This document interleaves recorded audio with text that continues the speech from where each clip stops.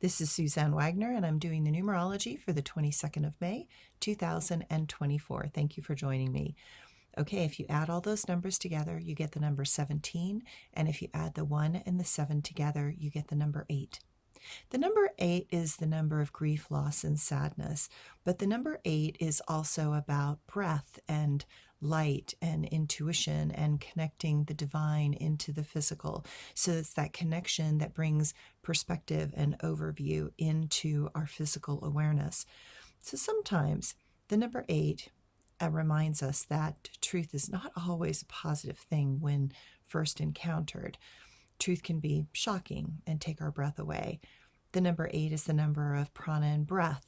Duality is the natural flow of things in this dimension, and it brings both sides of things to our attention and requires for us to figure out how to make them come into alignment.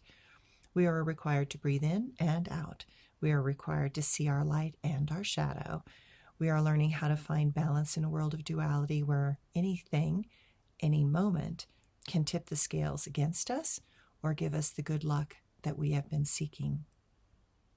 I remember a moment doing an NLP neurolinguistics programming session where I suddenly saw that I had created a double bind in my reality. I had created a series of tests that did not allow others to come into my deeper self. Those tests were complicated enough that no one would be able to figure out how to gain entrance to my more sacred self. The moment I realized what I had done, it was a terrible shock.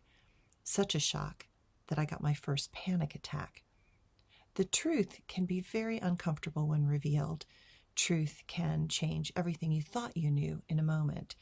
Truth requires a type of bravery and a courage that is not frequently used.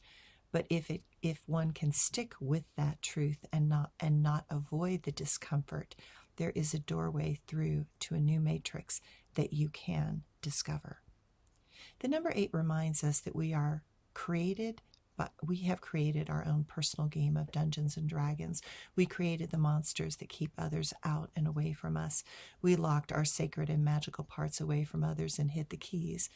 If that is true, then it will be up to us to remember where we hid those keys, get past the monsters, and open those doors. Otherwise, no one will be able to figure out the complicated mechanisms to our deepest self. Thanks, everyone.